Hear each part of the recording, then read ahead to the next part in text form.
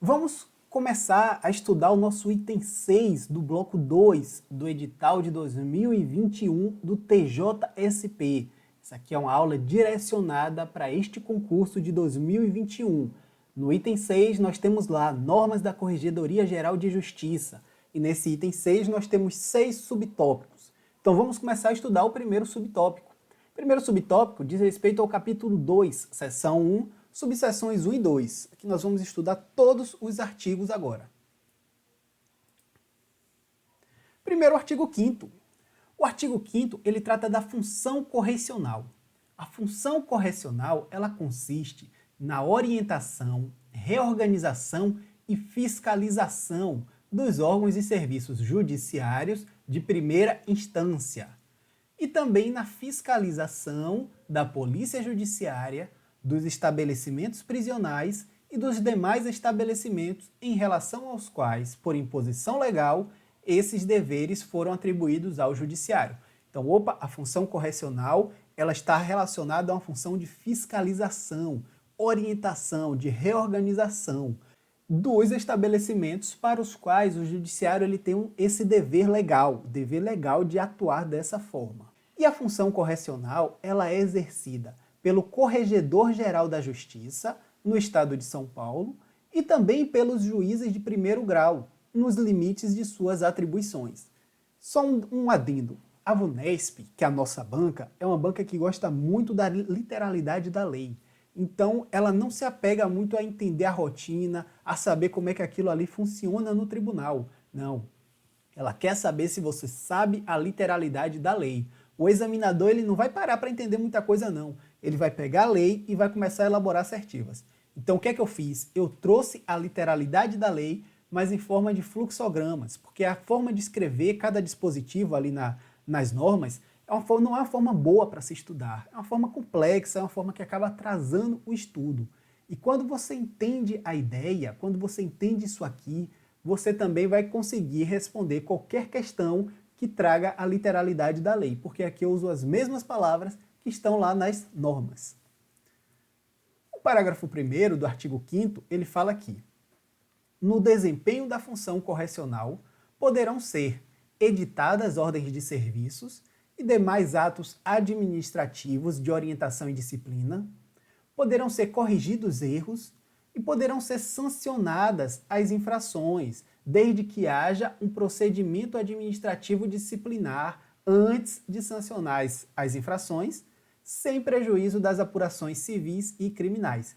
Então, o fato de haver um procedimento administrativo disciplinar, o PAD, esse PAD gerar uma sanção, o fato de acontecer isso não impede que possa haver uma apuração civil ou criminal, certo? Uma coisa não exclui a outra. As ordens de serviço e demais atos administrativos que forem editados pelo juiz corregedor permanente serão encaminhados à Corregedoria Geral da Justiça para revisão hierárquica. Então, a Corregedoria Geral, ela é hierarquicamente, ela tem essa hierarquia, esse poder hierárquico para fazer uma revisão em relação às ordens de serviço e demais atos administrativos. Muito cuidado com isso. Não caia em pegadinha que diga que ato judicial é sujeito à revisão hierárquica. Não. O que é sujeito à revisão hierárquica são os atos administrativos. Bacana? E as consultas sobre a aplicação ou interpretação destas normas, elas serão apreciadas pelo juiz corregedor permanente, que vai submeter sua decisão à Corregedoria Geral de Justiça, a requerimento do interessado ou de ofício, se houver dúvida fundada devidamente justificada. Então, nem sempre ele submete suas decisões à Corregedoria Geral da Justiça. Ele só vai submeter se houver um requerimento do interessado ou se ele está com a dúvida sobre algum argumento, algum fundamento, e aí ele pode remeter de ofício sua decisão, certo? A decisão sobre consultas, certo? A função correcional, ela é exercida em caráter permanente e ela é exercida mediante correições e visitas correcionais. As correições, elas podem ser ordinárias ou extraordinárias. E o artigo 6º ele vai explicar para a gente o que é cada uma. Primeiro, a correição ordinária.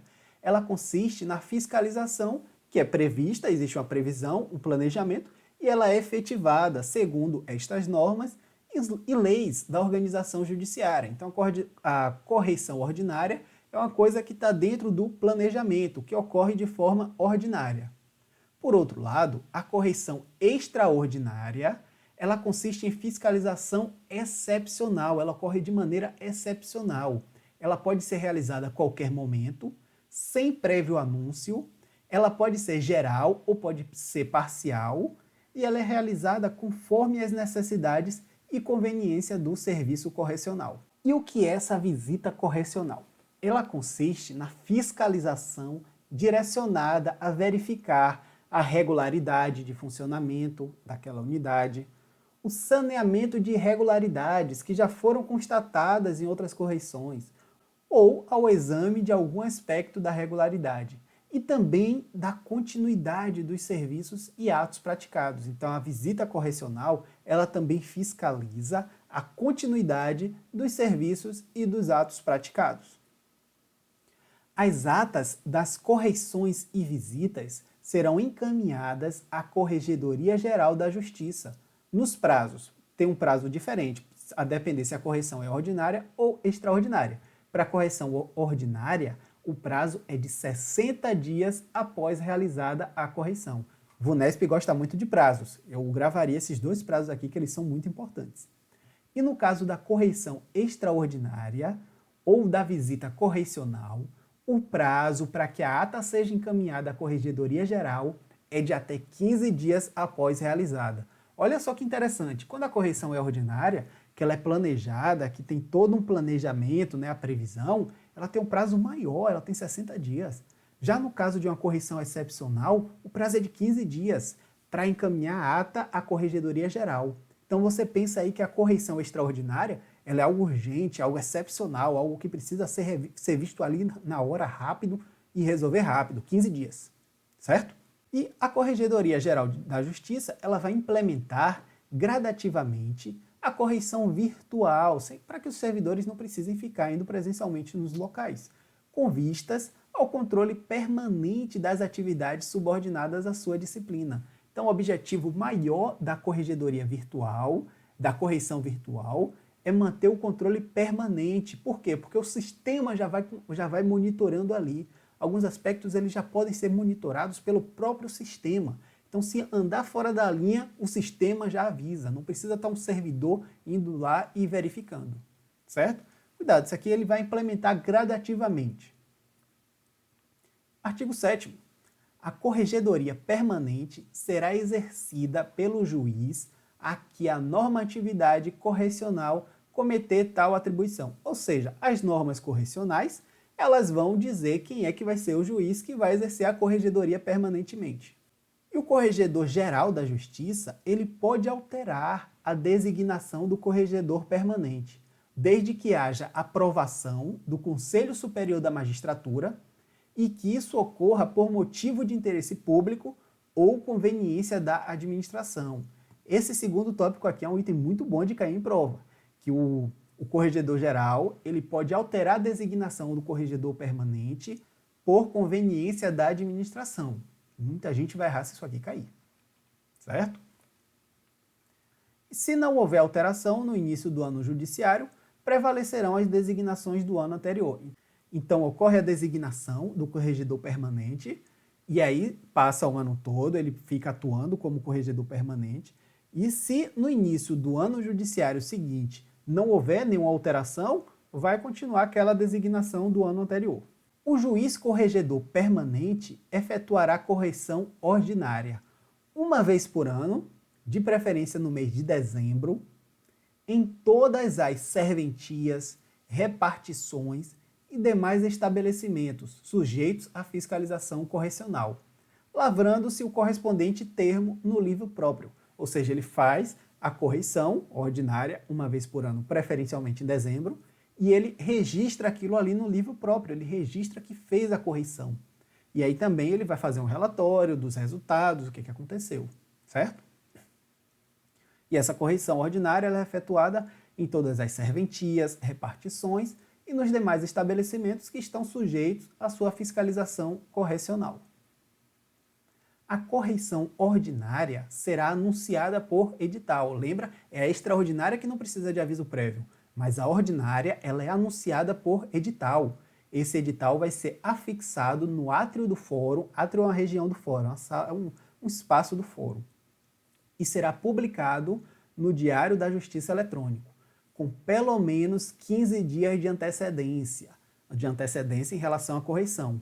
E também será comunicada à OAB da respectiva subseção, a Ordem dos Advogados do Brasil, daquela subseção. O juiz corregedor permanente seguirá o termo padrão de correição disponibilizado pela Corregedoria Geral da Justiça, que é mais uma formalidade, mas é bom saber. A visita correcional ela é feita pelo juiz às unidades sob sua corregedoria em até 30 dias depois de assumir a corregedoria permanente em caráter definitivo. Então, se o juiz assume a corregedoria permanente em caráter definitivo, em até 30 dias, ele deve fazer a visita correcional às unidades que estão sob sua corregedoria. Para quê? Para constatar a regularidade dos serviços. Também, na visita correcional, deve ser observado o modelo disponibilizado, então a visita ela segue um padrão, um modelo que já existe, né, que já está lá feito.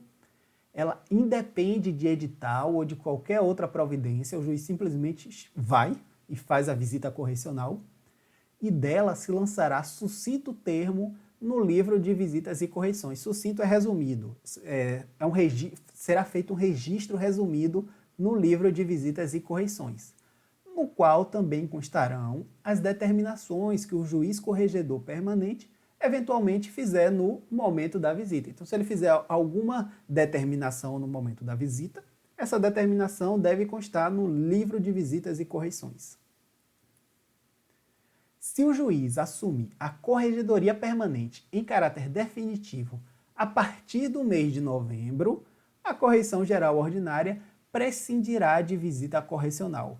Por quê? Porque se ele assumir em novembro, não tem como ele ter os seus 30 dias para fazer a visita correcional, para depois fazer a correição geral ordinária. Né? A correição ordinária, geralmente ela ocorre no mês de dezembro, preferencialmente no mês de dezembro, mas ela tem que ocorrer todo ano. Então, se o juiz assume em novembro, ele já tem que ali partir para a correição, já tem que partir para a correição ordinária, certo? Não precisa fazer a visita correcional antes. Artigo 10. O escrivão auxiliará o juiz corregedor permanente nas diligências correcionais, facultada a nomeação de escrivão ad hoc entre os demais servidores da unidade. Ou seja, ad hoc significa para uma finalidade específica. Então, pode ser nomeado um escrivão ad hoc ali só para cumprir aquela finalidade, só para auxiliar o corregedor permanente naquela diligência, entre os demais servidores da unidade, certo?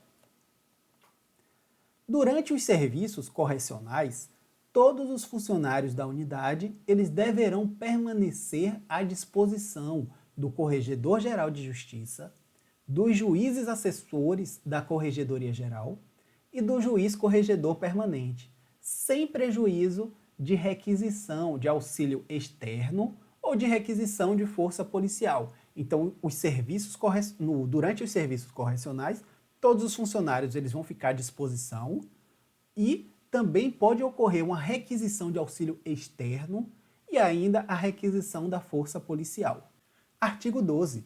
Os livros e classificadores obrigatórios que estão previstos nesta norma serão submetidos ao juiz corregedor permanente para visto por ocasião das correições ordinárias ou extraordinárias, e sempre que forem por ele requisitados. Então, o juiz corregedor permanente ele pode requisitar esses livros e os classificadores obrigatórios que estão previstos na norma, no caso que a norma prevê como obrigatórios.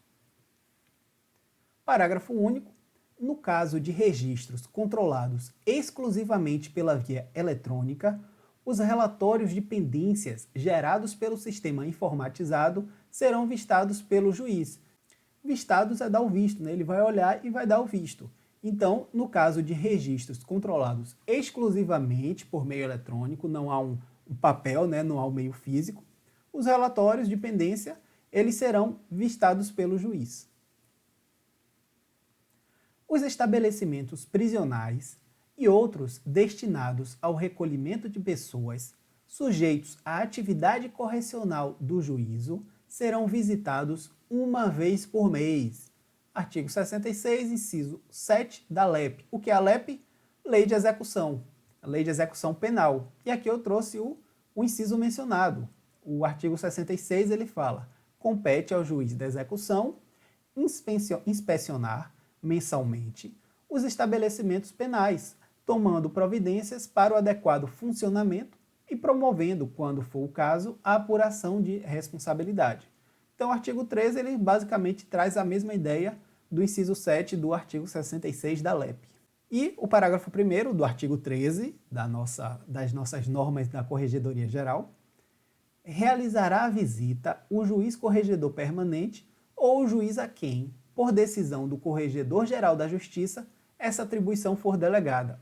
Essa visita, essa atribuição de fazer a visita, ela pode ser delegada por decisão do Corregedor-Geral da Justiça. Questão boa de prova. A inspeção mensal será registrada em termo sucinto, resumido, no livro de visitas e correições, podendo conter unicamente o registro da presença. Perceba, o registro é tão resumido que ele pode conter apenas o registro da presença, sem prejuízo do cadastro eletrônico da inspeção perante o Conselho Nacional de Justiça e, após a sua lavratura, a cópia será encaminhada à autoridade administrativa da unidade prisional para arquivamento em livro de folhas soltas.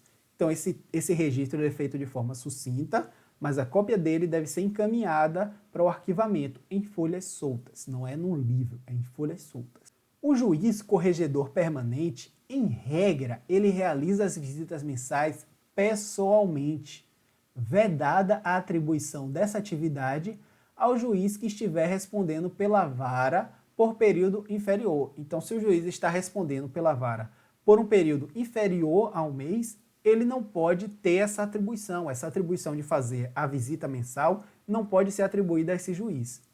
Porém, existem dois casos em que a visita ela não será feita pelo juiz corregedor permanente, que é quando houver o afastamento por prazo igual ou superior a 30 dias. Então, se o juiz corregedor permanente ficou afastado por um prazo igual ou superior a 30 dias, ele não vai fazer a visita mensal, não tem como ele fazer pessoalmente essa visita mensal. Ou por outro motivo relevante, desde que devidamente comunicado à Corregedoria Geral da Justiça. Também esse outro motivo relevante vai fazer com que o juiz corregedor permanente não faça a visita mensal. A sistemática prevista no artigo 13, essa que acabamos de ver, não desobriga a visita mensal às cadeias públicas, sob responsabilidade tanto dos juízes de varas privativas de execuções criminais, como daqueles que acumulem outros serviços anexos. Então, o fato do juiz corregedor permanente fazer essa visita mensal, isso não tira a responsabilidade da visita mensal às cadeias, que é feita pelos juízes das varas privativas de execuções criminais. Artigo 15. As apurações preliminares, as sindicâncias e os processos administrativos relativos ao pessoal das serventias judiciais tramitarão no formato digital e serão instaurados e processados pelos juízes corregedores permanentes a que, na atualidade do procedimento, estiverem subordinados os servidores de que trata o artigo 1º, incisos 1 e 2 do provimento CSM, blá, blá, blá, blá, devendo ser observado o tipo de procedimento disciplinar.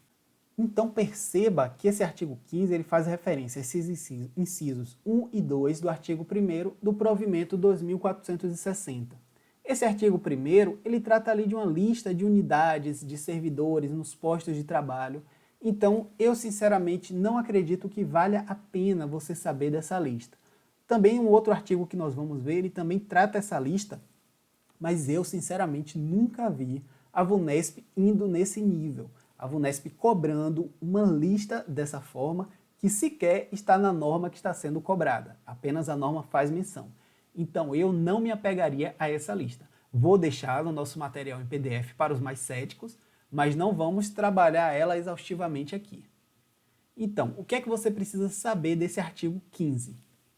Eu trouxe aqui o fluxograma, que resume o que a gente leu, as apurações preliminares, as sindicâncias e os processos administrativos relativos ao pessoal das serventias judiciais tramitarão no formato digital e serão instaurados e processados pelos juízes corregedores permanentes a quem estiverem subordinados os servidores, aqueles servidores que estão mencionados lá no provimento que a gente comentou. O que é importante aqui? Devendo ser observado o tipo de procedimento disciplinar. Então, são 3 tipos de procedimento disciplinar. É a apuração preliminar, sindicância e processo administrativo. E aí, no próprio artigo 15 agora, nós vamos ver cada um deles. Começando pela apuração preliminar. A apuração preliminar ela ocorre quando a infração não estiver suficientemente caracterizada ou definida a autoria. Então, se a infração ela não se sabe exatamente o que aconteceu, ou não se sabe quem foi o autor, então vamos fazer uma apuração preliminar para entender melhor. E ao final dessa apuração preliminar, ela poderá ser arquivada. Concluímos aqui que nem houve infração. Ou então concluímos aqui que é impossível descobrir quem foi o autor. Então ela pode ser arquivada, ou ela pode ensejar a instauração de sindicância ou de processo administrativo. A sindicância, ela ocorre quando a falta disciplinar, por sua natureza, possa determinar uma dessas 3 penas: repreensão, suspensão ou multa. Então, se a falta disciplinar puder resultar em repreensão, suspensão ou multa, nós vamos usar a sindicância. Já o processo administrativo, ele ocorre quando a falta disciplinar, por sua natureza, possa determinar uma dessas 3 penas: demissão, dispensa a bem do serviço público ou cassação da aposentadoria, certo? Então perceba que primeiro nós temos a apuração preliminar, quando não se sabe exatamente o que aconteceu ou quem foi o autor. Depois nós temos a sindicância para aquelas 3 penas que são mais leves, e aí nós temos o processo administrativo para essas 3 penas que são mais pesadas. A apuração preliminar, a sindicância e o processo administrativo serão instaurados por portaria. Então, é uma portaria que instaura esses 3 procedimentos. Então, é dispensado o registro em livro. Na portaria deve conter a descrição dos fatos e a identificação do servidor, nome completo, matrícula, cargo, posto de trabalho, exceto nas apurações preliminares, em que não houver autoria definida. Se não sabe nem quem foi o autor, como é que vai definir nome e matrícula? Não tem como, certo? Instaurado o procedimento, o juiz corregedor permanente ele vai determinar o encaminhamento do ofício de comunicação. Então, o ofício de comunicação ele deve ser encaminhado ao distribuidor. Esse encaminhamento ocorre por e-mail institucional no formato PDF. Isso aqui é importantíssimo para a sua prova, para você não querer encaminhar o e-mail lá em Word, que pode ser modificado. Não, vai ser encaminhado no formato PDF, com as seguintes informações: dados de qualificação do servidor, que é o nome completo, CPF, endereço residencial ou domiciliar, inclusive o CEP, e a classe processual, de acordo com o procedimento instaurado. O ofício, quando ele é recebido, o distribuidor vai providenciar o cadastro no sistema informatizado e vai fazer a distribuição por direcionamento, cabendo à unidade judicial inserir no processo digital a portaria devidamente instruída. E a depender da natureza da ação, a anotação de segredo de justiça ela será gerada automaticamente pelo sistema informatizado na distribuição dos procedimentos disciplinares. Então, o sistema informatizado pode gerar automaticamente a anotação de segredo de justiça. Nos procedimentos disciplinares decorrentes de reclamação apresentada fisicamente, após a instauração e a distribuição do procedimento, a unidade de tramitação ela vai digitar e juntar as peças, devidamente categorizadas no sistema informatizado, e concedendo-se o prazo de 45 dias para sua retirada pelo reclamante. Então, o reclamante tem que ir lá em até 45 dias para fazer a retirada, sob pena de inutilização. Inutilização é destruir ali os papéis. Vedado o peticionamento eletrônico inicial. Isso aqui é interessante também, questão boa de prova. Esse peticionamento eletrônico inicial, ele é vedado. O Corregedor-Geral da Justiça, ele poderá avocar procedimento disciplinar em qualquer fase, ou seja, ele pode chamar para ele pode puxar para ele aquele procedimento disciplinar para que ele resolva. Ele pode instaurar o procedimento disciplinar de forma originária, ele mesmo instaurar, tanto a pedido, alguém pediu a ele, ou como de ofício. Ele pode designar juiz corregedor processante para todos os atos pertinentes. E ele pode atribuir serviços auxiliares à unidade diversa daquela a que estiver vinculado o servidor. Então, ele pode fazer essa atribuição de serviços auxiliares mesmo a uma unidade diferente daquela que está incluído, que está vinculado o servidor. Os juízes corregedores permanentes comunicarão à Corregedoria Geral da Justiça, em qualquer procedimento administrativo de natureza disciplinar, a instauração, vai ter que comunicar quando você instaurar, vai ter que comunicar a decisão final e as medidas cautelares que foram impostas e as que foram revogadas, se tiverem alguma revogada. Esse encaminhamento, essa comunicação, ela ocorre por meio de mensagem eletrônica. Nela deve conter informação do número do processo e a senha de acesso aos autos digitais, derivada de sigilo simples no caso de instauração. Olha que interessante, um caso em que a comunicação ela vai conter a senha de acesso. Questão muito boa de prova e bem no estilo da VUNESP. E isso ocorre para que haja o processamento pela diretoria da corregedoria, DICOGE, do expediente de acompanhamento, das apurações preliminares, das sindicâncias e dos processos administrativos. E aqui, esse parágrafo único, ele faz essa menção ao artigo 6º, parágrafo único, do provimento 2460. Não se preocupe com isso, o artigo 6º, ele não tem um parágrafo único no provimento 2460. Então, esse parágrafo único nem existe, isso aqui é uma menção antiga, que acabou não saindo daqui, que logicamente o examinador ele não vai poder cobrar, porque já não existe mais.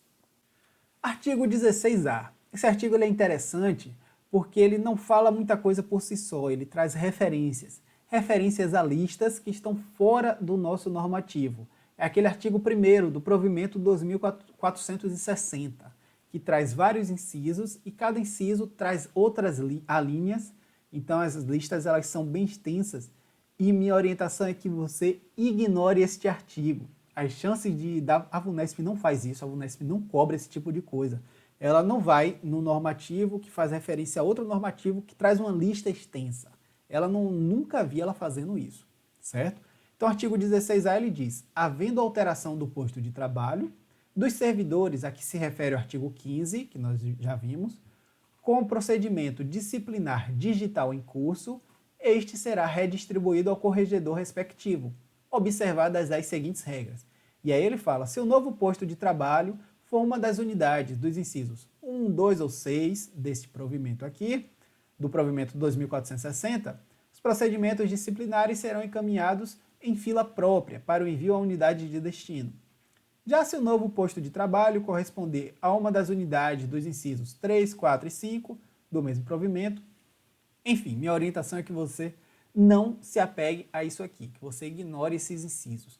Vou deixar no nosso material escrito, a parte escrita, né, vou deixar a referência a esses incisos para os mais céticos, mas sugiro que você ignore esse artigo 16A para fins de prova de 2021 do TJSP. O artigo 17, eventuais recursos serão interpostos eletronicamente e, após mantida a decisão, então recorreu-se de uma decisão e manteve a decisão, ou se ela for reformada parcialmente, os recursos serão remetidos à Corregedoria Geral de Justiça, excepcionalmente por funcionalidade de redistribuição. E aqui ele faz essa menção ao artigo 312, parágrafo 3º da Lei Estadual. Essa lei estadual é a lei que trata do Estatuto dos Funcionários Públicos Civis do Estado. E o que é que ele diz? Caberá recurso, por uma única vez, da decisão que aplicar penalidade. O parágrafo 3º fala: o recurso será apresentado à autoridade que aplicou a pena, que terá o prazo de 10 dias para, motivadamente, manter a sua decisão ou reformá-la. Isso aqui eu também acho pouquíssimo provável de cair em prova. A VUNESP ela não tem esse costume de ir atrás de outros normativos, ainda mais para trazer prazos, para trazer listas, coisas assim que são muito objetivas, sabe? Na verdade, ela não tem ela realmente não tem esse costume de fazer isso. Então, eu não me apegaria tanto aqui. Nos casos de proposta de demissão ou dispensa a bem do serviço público ou cassação de aposentadoria, os autos eles serão redistribuídos à Corregedoria Geral para que ela faça apreciação independentemente da não interposição de recurso. Então, ainda que não tenha sido interposto o recurso, os autos serão redistribuídos à Corregedoria Geral para apreciação. E o Corregedor-Geral da Justiça ele poderá aplicar originariamente as sanções cabíveis. Também poderá reexaminar decisões absolutórias ou de arquivamento, enquanto não prescrita a infração, de ofício ou mediante provocação. Então, se a infração já prescreveu, não tem por que ele reexaminar. Se não tiver prescrita, ele pode reexaminar. Tanto de ofício, ele resolveu reexaminar, quanto por provocação. Alguém solicitou, alguém fez uma provocação para que ele reexamine, sem prejuízo da atribuição do juiz corregedor permanente. Então, o juiz corregedor permanente também pode fazer esse exame, independentemente do Corregedor-Geral da Justiça fazer ou não. Certo? Olha aqui para mim. Vou ser muito sincero com você. Minha vontade, sinceramente, era gravar todo esse curso aqui e deixar disponível no YouTube, porque eu sei que isso aqui vai ajudar muito. Mas, infelizmente, eu não posso fazer isso. Isso é algo que está demandando um grande tempo, é muito planejamento, muito estudo. Então, eu estou gravando esse curso, mas ele não vai ser gratuito. É um curso abordando todos os tópicos daquele item 6 do bloco 2 do edital, das normas de corregedoria. Essa aqui foi apenas a primeira aula. O nosso curso, ele vai ter fluxogramas nesse mesmo estilo que você viu, comentando todos os artigos, que é para você gabaritar as questões. Isso aqui eu estou fazendo o meu melhor para dar a você todo o suporte para você gabaritar todas as questões do item 6 do bloco 2 do seu edital, da sua prova. Então nós vamos fazer fluxogramas, caprichar nos fluxogramas, nas videoaulas abordando todos os dispositivos, eles vão ser tratados aqui nas videoaulas. Também questões, eu vou elaborar muitas questões, não vai ser no estilo múltipla escolha, mas vai ser no formato que a VUNESP cobra, a ordem ali das assertivas, a forma de você perguntar se uma coisa é verdadeira ou falsa, vai ser o mesmo formato da VUNESP, só que em vez de ter 5 assertivas, eu vou trazer várias assertivas certo ou errado, para você julgar, essa aqui está certa, essa aqui está errada, claro, todas com comentário, com gabarito. Essas questões elas são muito boas para revisão. Você lê a lei, você vê os fluxogramas, você assistir a aula, você fazer essas questões, não tem como você não gabaritar. Você tem tudo aí para gabaritar todas as questões das normas de corregedoria geral. E também nós vamos ter um canal exclusivo para tirar dúvidas. Então nós vamos ter o fórum, você pode interagir, você pode tirar dúvidas. Meu objetivo vai ser fazer o suporte para você até o dia da prova, para garantir que você tenha acesso a tudo que você precisa para gabaritar essas questões. Então, se você gostou da aula, se você quer conhecer o curso, eu vou deixar aqui embaixo na descrição do vídeo o link do nosso curso para você acessar. E eu espero te ver lá.